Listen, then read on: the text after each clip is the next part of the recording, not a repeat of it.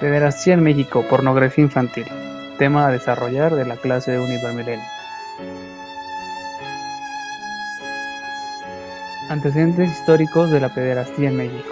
La pederastía era principalmente una costumbre aristocrática. La alta sociedad ateniense alentaba a los erastes a proponer amor a un chico, al tiempo que se esperaba del chico y su familia que fuera selectivo y no cediese demasiado fácilmente. En cambio, estas relaciones eran objeto de burlas por parte de los plebeyos.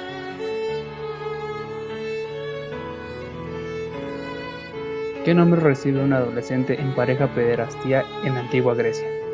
También cabe remarcar que Eromeno era un adolescente ya entrado en la pubertad y no un niño, como se entiende en el concepto actual de la pederastía.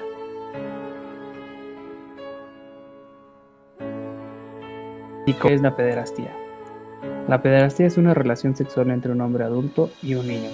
El término pederastía se usa principalmente para referirse a las prácticas históricas de ciertas culturas, en particular la antigua Grecia y la antigua Roma. En la lengua castellana el término se refiere a la consumación de abusos sexuales contra menores, en vez de la simple inclinación erótica hacia los menores. Hay una gran diferencia entre la pedofilia y la pederastía. La pedología proviene del griego país, un sustantivo que se aplicaba exclusivamente a los varones de 13 y 19 años, es decir, entre la nubilidad, el inicio de la edad reproductiva y la adolescencia. A ese término se le añade filia, que se traducirá como amistad, amor, afecto espiritual.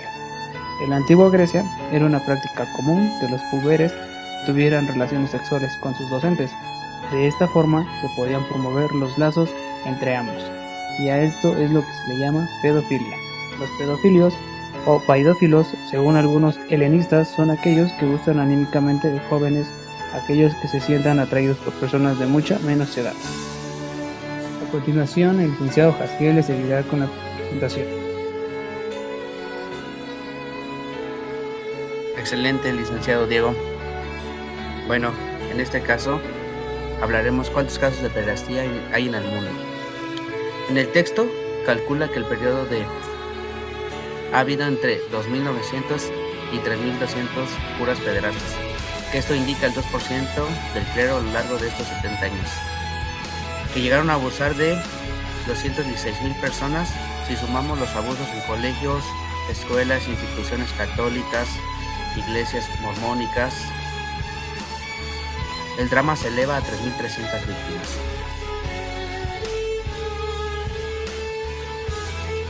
¿Qué lugar ocupa México en la violencia infantil? México es el segundo país en el mundo donde se comete el mayor número de agravios contra menores de edad, según los datos del Fondo de Naciones Unidas para la Atención de la Infancia, UNICEF. ¿Cómo actúan los pederastas en Internet? Los groomers o ciberacosadores se acercan a sus víctimas y crean lazos de amistad, empatía, solidaridad y más con menores, haciéndose pasar por una personalidad totalmente falsa. A cambio de lo que quieren es obtener fotografías, videos, contenido pornográfico o sexual. Tal vez incluso conocer a estos menores. ¿Cómo se castiga la pederastía en México? Código Penal Federal, artículo 261. A quien comete el delito de abuso sexual en una persona menor de 15 años de edad o persona que no tenga la capacidad de comprender el significado del hecho, aun con su conocimiento, o que cualquier persona, cualquier causa o no pueda resistirlo o la obligue a ejecutarlo en otra persona, se le impondrá una pena de 6 a 13 años de prisión hasta 500 días de multa.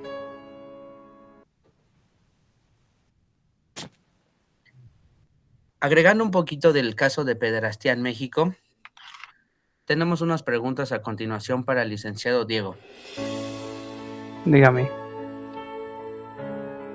¿cuáles serían las preguntas? Licenciado Diego,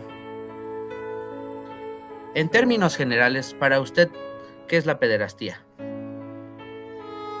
La pederastía, para mí, en términos generales, vendría siendo lo que es la profanación, abuso de poder por parte de una persona adulta hacia un menor, sometiéndolo bajo varios criterios y sobre convenciones lucrosas. Muy bien, licenciado. Eh, la segunda pregunta sería, ¿cómo afecta la violencia en el desarrollo de los niños? Bueno, la violencia también se ha relacionado con una serie de problemas de salud física, sexual, reproductiva y mental, incluido el deterioro del desarrollo social, emocional y cognitivo, adicciones y problemas de salud. Es por ello que se ve afectado a lo largo de sus vidas y sobre todo en las adopciones de conductas de alto riesgo como fumar y abuso de alcohol, como repercusiones de los antecedentes de su infancia. Siguiente Si bien pregunta. sabe... Sí, licenciado Diego. Si bien sabemos que México ocupa el segundo lugar en lo que es pederastía y pornografía infantil, eh, ¿cuáles otros países se podrían recurrir en este estudio? ¿O se podrían mencionar que también son los peores países para la pornografía infantil?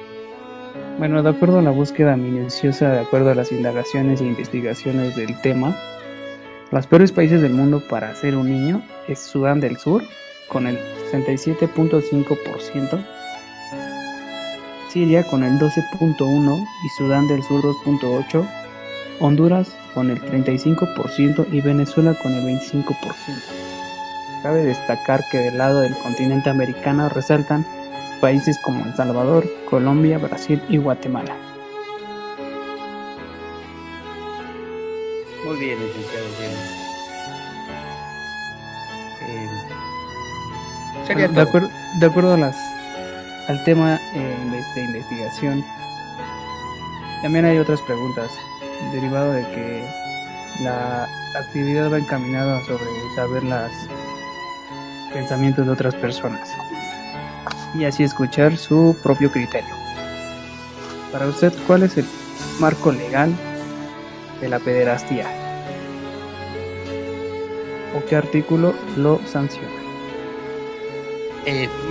Marco legal jurídico entra en el artículo 260 del Código Penal Federal, que a la letra dice: comete el delito de abuso sexual quien ejecute en una persona sin su conocimiento o la obliga a ejecutar para sí en otra persona actos sexuales sin el propósito de llegar a la cúpula. A quien comete este delito se le impondrá una pena de 10 a 30 años de prisión y hasta 200 días de multa. Muy bien. De acuerdo al artículo 259 bis del Código Federal, ¿qué fines lascivos asedia reiteradamente a una persona de cualquier sexo?